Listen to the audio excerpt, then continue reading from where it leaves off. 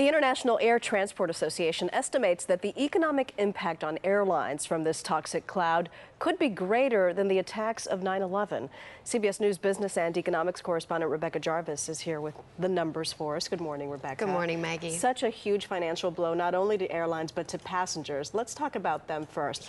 Are airlines refunding them their airfare? And what about things like hotels? Any chance that passengers will be reimbursed for that? You're going to get your airfare reimbursed. You're going to have another opportunity to travel on the same airline in the future. But all of these other costs, hotels, food, the cost of staying in a city you hadn't intended to stay in is not going to be covered by the airlines. And on top of that, if you had a travel insurance policy, this whole volcano situation is considered an act of God. And most insurance policies don't cover that. And what about things like Peter said, finding additional modes of transportation? Exactly. So if you're going to go out and you want to find the alternative, there's no way that's going to be covered either. This is the last thing that the ailing airline industry needed.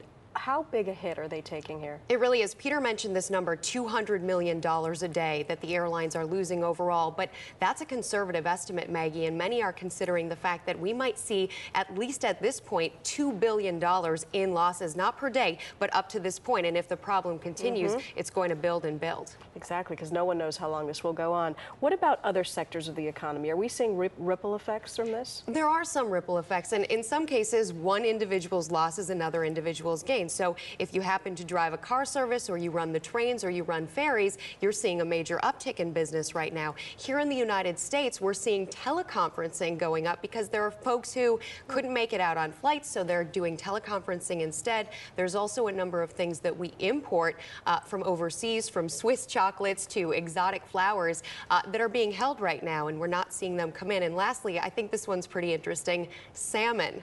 Salmon prices are, according to some individuals, going up 25 to 30% because Iceland is holding out on their salmon, and instead we're getting it from the U.S. and Canada, and they're jacking up prices as a result. We want our salmon back. Rebecca Jarvis, thank you so much. Thanks, Maggie.